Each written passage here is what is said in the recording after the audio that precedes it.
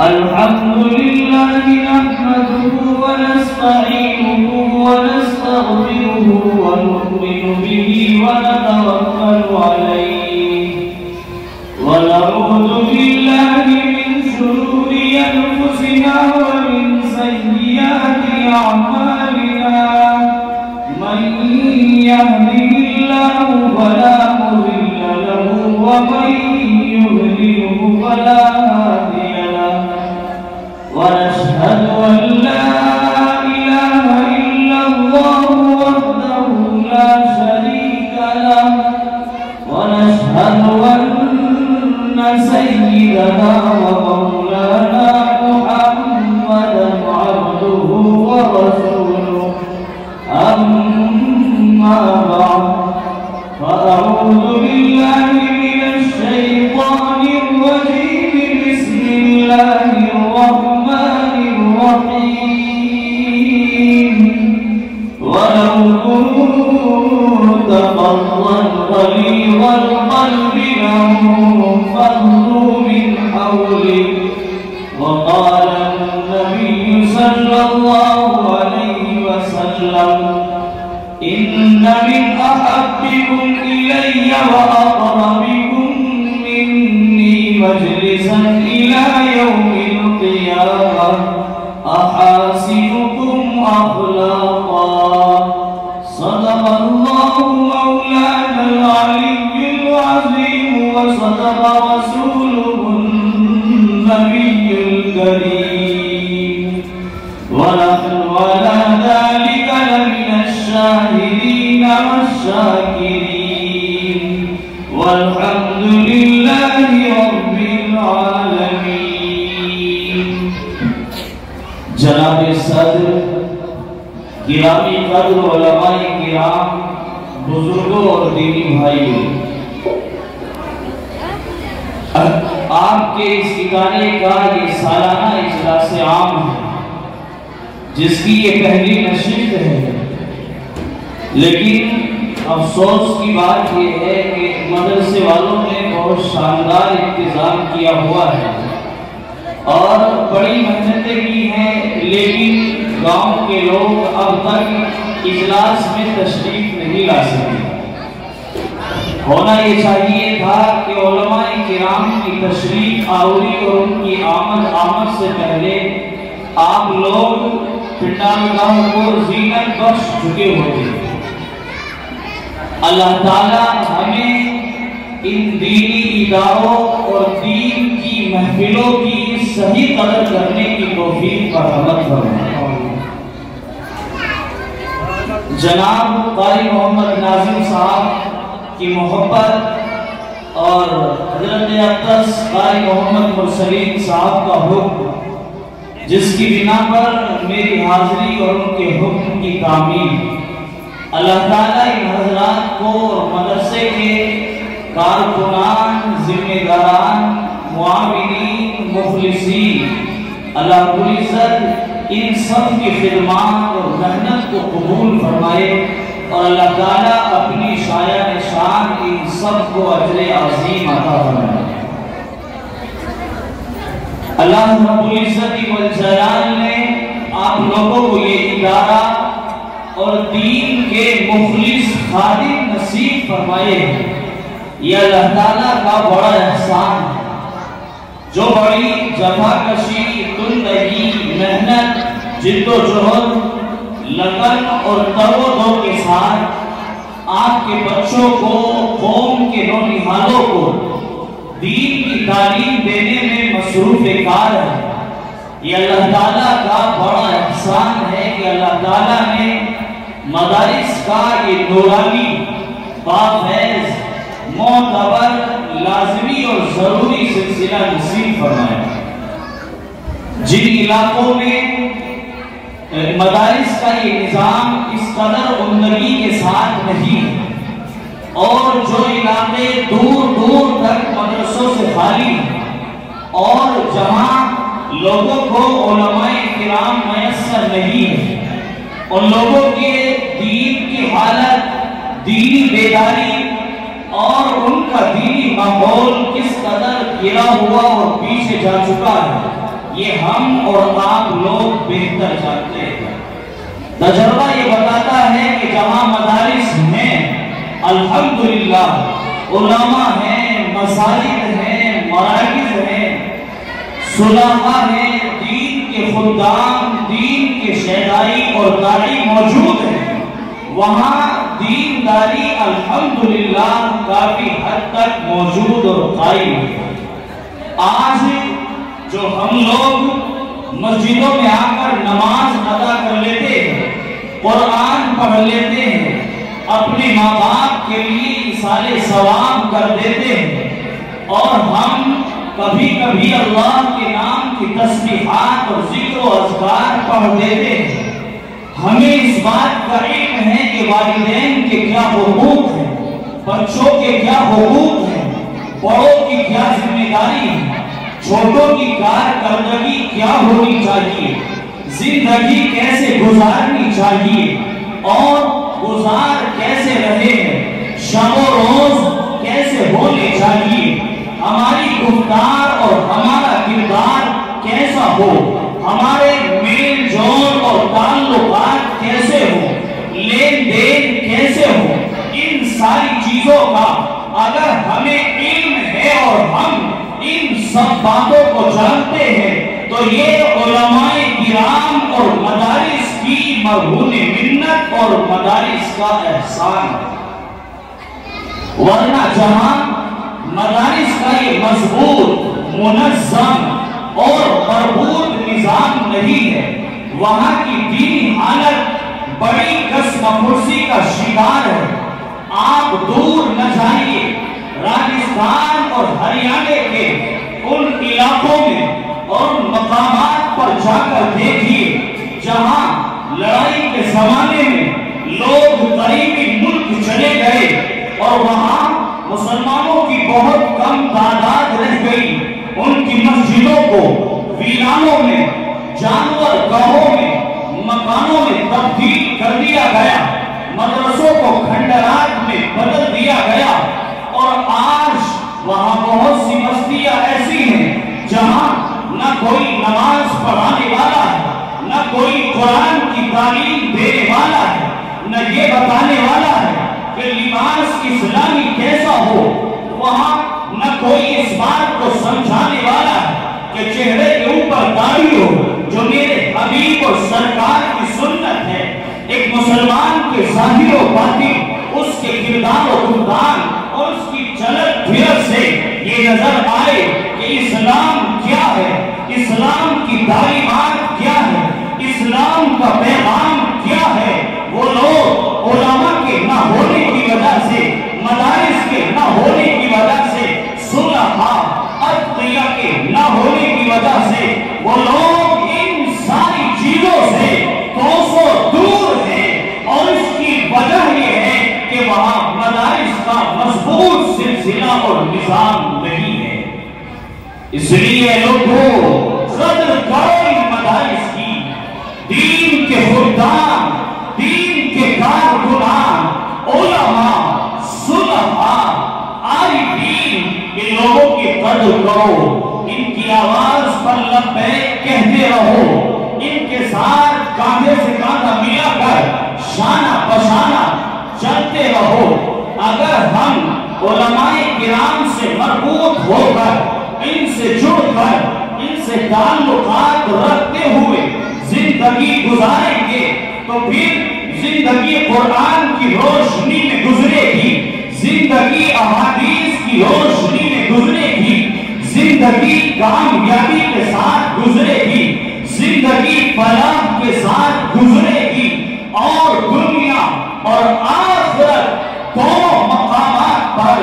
کامیابی ہی کامیابی اور کامرانی ہی کامرانی نصیب ہوتی چلی جائے گی۔ اس لیے اپنے مدارس سے خوب محبت کرو، اپنے مدرسوں کے نظام کو ہر اعتبار سے خوب مضبوط کرو۔ لوگوں، تم تو دن میں کام کر کے رات کو آرام کرنے کے لیے اپنے بستروں پر پہنچ جاتے ہو، لیکن اللہ کے یہ نیک بندے، علماء کرام، طلباء نظام، معلمین، مدرسین یہ سارا دن پڑھاتے ہیں۔ پڑھانے کے بعد جب آپ لوگ کھانا کھا کر عشاء کی نماز سے فراغت حاصل کر کے اپنے بستر پر ٹانگیں لمبی کر کے نحو استراحت ہو جاتے ہو، اس وقت ان کے پڑھنے کا سلسلہ برابر جاری رہتا ہے، اور یہ لوگ دیر رات تک قرآن کے پڑھنے پڑھانے یاد کرنے اور کرانے کے اندر مشغول رہتے ہیں۔ پوری رات آپ نے آرام کیا، آپ لوگ اٹھیں گے نماز فجر کی جماعت کے وقت، لیکن یہ طلبا، یہ معصوم بچے، یہ نوخیز بچے اس وقت اٹھ جاتے ہیں جب آپ کا مؤذن اللہ اکبر کی صدائیں بھی نہیں لگا تھا۔ یہ لوگ تہجد کے اندر اٹھ جاتے ہیں، نماز فجر اور اذان فجر سے اٹھ کر پھر قال اللہ اور قال رسول کی صداؤں میں مشغول و منہمک ہو جاتے ہیں۔ آپ کی رات کی ابتدا عشاء کے بعد ہو جاتی ہے، لیکن ان لوگوں کی رات 11 اور 12 بجے شروع ہوتی ہے۔ آپ کا دن فجر کی جماعت کے ساتھ شروع ہوتا ہے، لیکن ان کا دن اذان فجر اور تہجد کے ساتھ شروع ہو جاتا ہے۔ یہ لوگ نہ صبح دیکھتے ہیں، نہ دوپہر دیکھتے ہیں، نہ شام دیکھتے ہیں، نہ رات دیکھتے ہیں، نہ گرمی اور سردی دیکھتے ہیں، نہ برسات اور جاڑا دیکھتے ہیں۔ یہ تو دنیا سے بے خبر، یہ دنیا سے غافل، دنیا کے عیش و آرام سے غافل، دنیا کے سکون اور دنیا کی لذات سے غافل، صرف قرآن کریم، احادیث رسول صلی اللہ علیہ وسلم کی تعلیم و تربیت اور اس کے ارشاد میں لگے رہتے ہیں، اور نہ اپنا بچپنا دیکھتے ہیں۔ بچپنا قربان کر دیا تعلیم کے پڑھنے کے سلسلے میں، جب جوانی کا وقت آیا فارغ ہو گئے، پڑھانے کے لیے لگ گئے، ساری جوانی، سارا بڑھاپا، صحت، بیماری، فراغ، مشغولی، ساری زندگی قربان کر دیتے ہیں دین کے پھیلانے میں، دین کی اشاعت و ترویج میں، دین کی حفاظت و اعانت کے اندر اپنی ساری زندگیاں صرف اور خرچ کر دیتے ہیں۔ اس لیے ان علماء کا ہمارے اوپر احسان ہے، اور اس احسان کے چکانے کا مطلب یہ ہے کہ ہم ان کے ساتھ ہر اعتبار سے ہر وقت کھڑے رہیں، ان کا دعم کریں، ان کی مدد کریں، ان سے محبت کریں، ان کی عظمت اور ان کا احترام اپنے دلوں میں جگائے رکھیں، جاگزی رکھیں اور پیدا رکھیں۔ میں نے آپ حضرات کے سامنے خطبے کے اندر قرآن کریم کی ایک آیت اور جناب رسول اکرم صلی اللہ علیہ وسلم کی ایک حدیث مبارک کا سہارا لیا۔ قرآن کی آیت کی روشنی اور حدیث کی شرح کر کے اپنی بات کو مکمل کروں گا۔ دعا یہ ہے کہ اللہ تعالیٰ مجھے سچ اور حق بات کہنے کی توفیق نصیب فرمائے، اور اللہ تعالیٰ ہم سب کو ان نیک باتوں پر عمل کی سعادت نصیب فرمائے۔ جس وقت رسول اکرم صلی اللہ علیہ وسلم اس دنیا میں تشریف لائے تو وہ دور جاہلیت تھا۔ دور جاہلیت اور آپ کی تشریف آوری سے پہلے بھی دنیا میں وقت وقت پر غلط کاریاں، غلط کام، بری عادتیں، بری صفات، بری زندگی ہر امت، ہر قوم اور ہر زمانے میں رہی، لیکن کسی زمانے کو زمانہ جاہلیت نہیں کہا گیا، اس لیے کہ اس زمانے کی جاہلیت، اس زمانے کی بد کرداری، بد اعمالی اس قدر بانے عروج پر پہنچ چکی تھی کہ اگر دنیا میں دین کے اعتبار سے، دنیا کے اعتبار سے، سماجی اعتبار سے، معاشرتی اعتبار سے، ثقافتی اعتبار سے جتنی خرابیاں، برائیاں، غلط کاریاں، بد کرداریاں، فحاشیاں، اگر انسانیت کے اندر پائی جا سکتی ہے تو وہ تمام کی تمام عرب کے ان جوہرا، عرب کے ان لوگوں کے اندر وہ تمام کی تمام برائیاں پائی جاتی تھی. اس لیے اس زمانے کو زمانہ جاہلیت کہا گیا. لوگ آپ کی تشریف آوری سے پہلے معمولی اور ادنا سے ادنا بات پر اس قدر لڑائی کو ہوا دیتے اور اس قدر زور و شور کے ساتھ لڑائی جاری رہتی کہ معمولی سی بات کے اوپر شروع ہوئی لڑائی سینکڑوں سال تک جاری رہتی.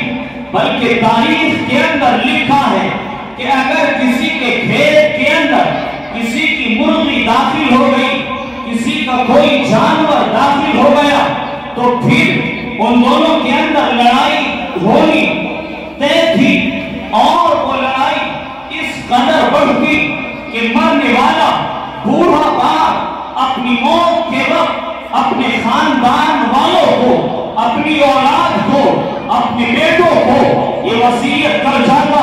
کہ ہماری فلاں بات کے اوپر فلاں خاندان، کنبے اور قبیلے کے ساتھ لڑائی ہے.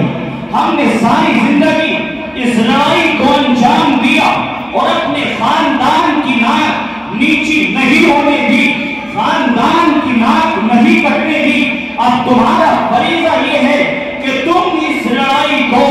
آگے جاری رکھنا اور اپنے بعد آنے والے اپنے بیٹوں کو اور اپنے پوتوں کو یہ ہدایت کر کے جانا کہ وہ تمہارے بعد اس لڑائی کو جاری رکھے اور خون خرابہ جاری رہنا چاہیے. وہ ایسے لوگ تھے، ان لوگوں کو سمجھانا، ان لوگوں کو انسان بنانا، ان لوگوں کو اچھا اور شریف بنانا، ان لوگوں کو صاحب مروت بنانا، ان لوگوں کو مہذب بنانا، یہ عقل انسانی سے باہر کا کام تھا. ایسے لوگوں کی تربیت کرنا، ان کی اصلاح کرنا، انہیں سدھار دینا، انہیں سوار دینا بڑا امر مشکل تھا. لیکن جب آمنہ کے راز دلائے، اس کائنات میں تشریف لائے اور آپ نے قرآن کے نازل ہونے کے بعد لوگوں میں اعلان کیا یا ایھا الناس قولوا لا الہ الا اللہ تفلحوا، اے لوگو لا الہ الا اللہ کہہ لو، اللہ کی ماننے والے بن جاؤ، کامیاب و کامران ہو جاؤ گے. آپ نے اس چیز کا، اس پیغام کا اعلان کیا. آپ نے دنیا والوں کے سامنے امن رکھا، آپ نے دنیا والوں کے سامنے انصاف رکھا، آپ نے دنیا والوں کو ہمدردی، بھلائی اور خیر خواہی کی تعلیم دینا چاہیے. لیکن وہ لوگ آپ کے ساتھ ہونے کے بجائے، آپ کی ماننے کے بجائے، امن کے پجاری اور پرستار بننے کے بجائے آپ کے دین، آپ کے ایمان، آپ کے پیغام اور آپ کے حکم اور آپ کی جان کے دشمن ہو گئے. وہ لوگ آپ کے پیچھے لگ گئے. ان لوگوں نے ہر طرح سے کوشش کی، ان لوگوں نے آپ کو سمجھایا بھی، ڈرایا اور دھمکایا بھی، تلوار کے زور پر، طاقت کے زور پر آپ کی آواز کو دبانا چاہا، آپ کی جان لینی چاہی. مشورے کر کر کے، میٹنگ ہال کے اندر میٹنگیں کر کر کے آپ کے سراج، آپ کے نور اور اس نبوت کے روشن منارے کو ان لوگوں نے دبانا اور ختم کرنا چاہا. لیکن جس چیز کو خدا رکھے اسے کون چک سکتا ہے؟ جسے اللہ نے بلند کرنے کا فیصلہ کر لیا اسے کوئی ذلیل نہیں کر سکتا، اور جس کو رب نے ذلیل اور پسپا کرنے کا فیصلہ کر لیا اسے کوئی عزت نہیں دے سکتا. وَتُعِزُّ مَن تَشَاءُ، عزتوں کا خزانہ میرے رب کے پاس ہے. وَتُذِلُّ مَن تَشَاءُ، ذلتوں کا مالک، توہین اور اہانت کا مالک اللہ ہے. اللہ نے محمد رسول اللہ اور آپ کے دین کو سر بلند کرنے کا ارادہ کر لیا تھا. اس لیے دشمن چاہ کر بھی آپ کی تحریک اور آپ کے مشن کو دبا نہ سکا. آپ نے لوگوں کو سمجھایا کہ اے لوگوں، تم کہاں لڑائی اور جھگڑے کے چکروں میں پڑے ہو، کہاں دوسروں کے حق غصب کرتے ہو، کہاں عورتوں کے اوپر ظلم کرتے ہو، لڑائی جھگڑے میں مشغول رہتے ہو، ایک دوسرے کی نہ تمہارے یہاں کوئی عزت، نہ بڑوں کا احترام ہے، نہ چھوٹوں سے محبت، تم لوگ ہر وقت ظلم کی بات کرتے ہو، ہر وقت ناانصافی کی بات کرتے ہو، بدتمیزی کی بات کرتے ہو۔ اے لوگوں، سدھر جاؤ، اپنی زندگی کو سدھارو، اپنی زندگی کو سنوارو، اخلاق نبوی اور اخلاق محمدی سے اپنی زندگی کو آراستہ اور پیراستہ کرو۔ لیکن وہ لوگ آپ کی ماننے کے بجائے آپ کے جانی دشمن بن گئے اور اتنا ستایا، اتنا مارا، اتنا پیٹا آپ کے ماننے والوں پر۔ خدا کی یہ زمین باوجود وسعت و کشادگی کے تنگ کر دی گئی، ایمان والوں کا رہنا دوبھر اور مشکل کر دیا، مکے کے اندر سانس لینا ان لوگوں نے حرام کر دیا، دن کا سکون، رات کا آرام ان لوگوں نے حرام کر دیا، اور جب مکے کے اندر رہنے کی کوئی شکل پوزیشن نہ رہی تو آپ نے اللہ کے حکم سے اپنے ماننے والوں کو اس بات کی ہدایت اور تعلیم فرمائی کہ جو آدمی اپنے دین کی وجہ سے، ایمان کی وجہ سے، اپنے جان مال کی حفاظت کی وجہ سے یہ شہر مکہ مکرمہ چھوڑ کر جانا چاہے، اللہ کی طرف سے اجازت ہے، وہ لوگ جا سکتے ہیں۔ لوگوں سوچو کتنا ظلم کیا ہوگا، آدمی اپنا گھر، اپنا گاؤں، اپنی پشتینی زمین، آبائی وطن آدمی کب چھوڑتا ہے؟ جب زندگی میں اس کے پاس کوئی آپشن نہ رہے، جب اس کے پاس کوئی چارہ نہ رہے، جب اپنوں کے ساتھ رہنے کی کوئی ترتیب نہ بن پائے، گھر والوں کے ساتھ، خاندان والوں کے ساتھ زندگی سکون کے بجائے عذاب بن جائے، تو انسان نہ چاہتے ہوئے اپنے گھر بار اور گاؤں کو چھوڑنے کا فیصلہ کرتا ہے۔ جو لوگ حالات کی وجہ سے یا کسی پریشانی کی وجہ سے اپنا گاؤں اور گھر چھوڑ کر جاتے ہیں، ان لوگوں کے دلوں سے معلوم کرو کہ ان کے دلوں کے اوپر کیسی گزرتی اور بیتتی ہے۔ جہاں آدمی 20-30 سال، 40 اور 50 سال رہا ہو، جہاں بچپن کے دوست، جوانی کے دوست ہو، جہاں اپنے ہی اپنے ہو، جس گلی میں چلے جائیں اپنے ہی اپنے ملے، جہاں محبت اور پریم ہی پریم ملے، جہاں نفسانیت کی کوئی بات نہ ہو، جہاں عشق بھائی چارے کی بات ہو، ایسے پیارے گھر اور ایسے پیارے گاؤں اور شہر کو چھوڑ کر آدمی بھلا کیسے دوسری جگہ بخوشی جانے پر راضی ہو سکتا ہے؟ لیکن آپ پر زندگی تنگ کی گئی، آپ مکہ مکرمہ چھوڑ کر مدینہ منورہ پہنچ گئے، اور اس سے پہلے جب آپ مکے والوں کو سمجھاتے پریشان ہو گئے تو آپ نے یہ ارادہ کیا اور اس امید اور خواہش کے ساتھ کہ شاید مکے کے لوگ میری بات کو نہیں سمجھ پا رہے ہیں، ہو سکتا ہے کہ دوسرے شہر کے لوگ اور وہاں کے باشی اور باشندے میری بات کو سمجھے، میرے پیغام اور میری صدا پر لبیک کہیں۔ آپ مکہ کو خیر بات کہہ کے طائف پہنچتے ہیں۔ طائف پہنچنے کے بعد آپ نے طائف کے سرداروں، امیروں اور رؤساء کے سامنے، امیر و غریب کے سامنے اسلام کا پیغام رکھا، اسلام کی تعلیم رکھی، لیکن طائف کے لوگ آپ پر رحم کیا کھاتے، آپ کے ساتھ اظہار ہمدردی کیا کرتے، آپ کے ساتھ اکرام اور اعزاز کا معاملہ کیا کرتے، بلکہ طائف والوں نے آپ کے ساتھ یہ ظلم کا معاملہ کیا اور آپ کے ساتھ یہ ناروا سلوک کیا کہ آپ کو زبانی طور پر تکلیفیں پہنچائی۔ کسی نے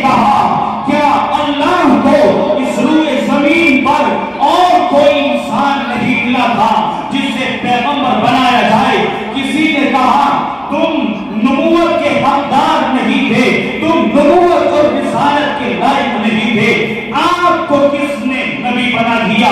آپ کو ذہنی طور پر ٹارچر کیا گیا،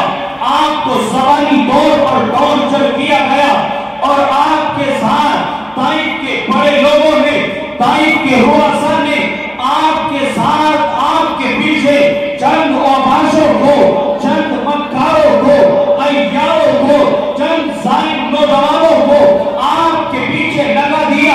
اور وہ لوگ ہاتھوں کے اندر پتھر لے کر میرے محبوب صلی اللہ علیہ وسلم کے اوپر برساتے تھے۔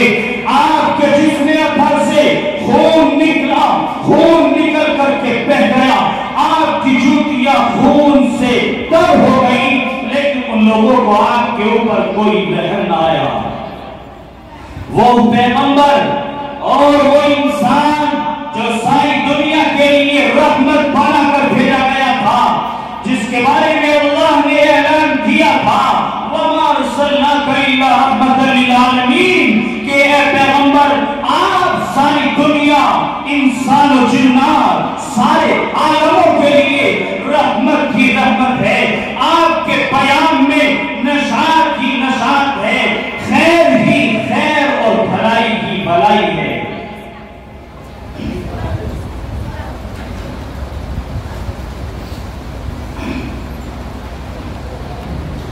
آپ ساری دنیا والوں کے لیے رحمت تھے۔ کیسے رحمت تھے؟ آپ کے آنے سے پہلے ماؤں کی کوئی قدر نہ تھی، آپ نے ان کے ساتھ رحمت کا معاملہ کیا، اور آپ نے کہا کہ ماں کے قدموں کے نیچے جنت ہے۔ یوں آپ نے ایک ماں کو عزت دی، جن بیٹیوں کے ساتھ بدتمیزیوں کا معاملہ تھا اور ان کو پیدا ہونے کے بعد زندہ دردور کر دیا جاتا تھا، زندہ رہتے ہوئے، سانس رہتے ہوئے قبر کے گڑھے کے اندر کاٹ دیا جاتا تھا،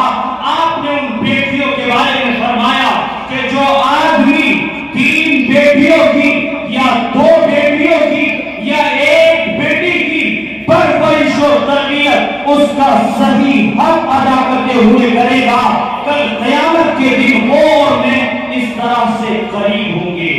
یوں آپ نے بیٹی کو عزت دی۔ جس باپ کے ساتھ لوگ ناروا سلوک کرتے تھے، آپ نے اس باپ کے بارے میں فرمایا کہ جنت ماں کے قدموں کے نیچے ہے، اور باپ جنت کا دروازہ ہے۔ مزدوروں کے ساتھ، غلاموں کے ساتھ، چھوٹے لوگوں کے ساتھ بڑا ظلم کا معاملہ تھا۔ آپ نے ارشاد فرمایا اے لوگوں کان کھول کر سن لو، مزدور کی مزدوری اس کا پسینہ خشک ہونے سے پہلے ادا کر دی جانی چاہیے۔ یوں آپ مزدوروں کے لیے رحمت ہوئے، آپ ساری کائنات کے لیے رحمت ہوئے، آپ انسانوں کے ساتھ ساتھ جناتوں کے لیے رحمت ہیں، اس لیے کہ آپ نے جناتوں کے پاس اپنا پیغام پہنچایا اور ان لوگوں نے اسلام کو اختیار کیا، ایمان والے بنے، اسلام والے بنے، اور کل قیامت کے میدان میں انسانوں اور مومنوں کے ساتھ جنات بھی سرخرو ہوں گے۔ یوں آپ ساری انسانیت، ساری جناتیت اور سارے عالم کے لیے رحمت اور امن کے سفیر ہیں۔ جب طائف سے آپ واپس لوٹ رہے تھے تو آپ کے پاس ملک الجبال آئے، پہاڑوں کے فرشتے آئے، اور پہاڑوں کے فرشتوں نے آ کر یہ درخواست کی اور آپ سے یہ کہا کہ اے محمد، اگر آپ کی اجازت ہو اور آپ چاہیں اور اس بات پر راضی ہو